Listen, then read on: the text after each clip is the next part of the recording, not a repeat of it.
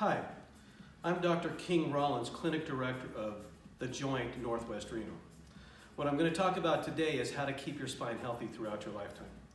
So, my profession now around for over 120 years.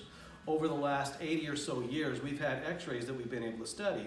And what we found is that when you do certain things, you will keep your discs and your joints healthier and slow down the process of spinal aging. So when we're talking about the spinal health, what we're really talking about is the mobility of these joints here. These are called vertebral facets. All your vertebral facets need to move properly in order for your discs to remain healthy. Unfortunately, because of gravity, excessive movement, maybe accidents or injuries, these joints can get locked up pretty easy. When they stop moving, the disc can't get the movement it needs to get oxygen.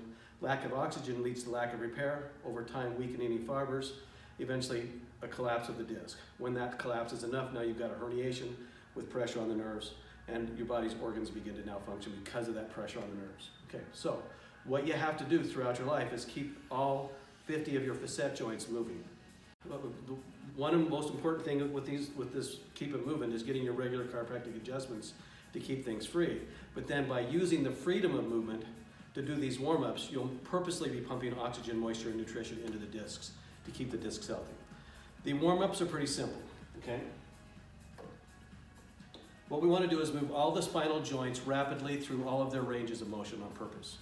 So by sitting up straight, keeping your tummy tight, hands at your side, you can go in lateral flexion 10 times with hands at your side.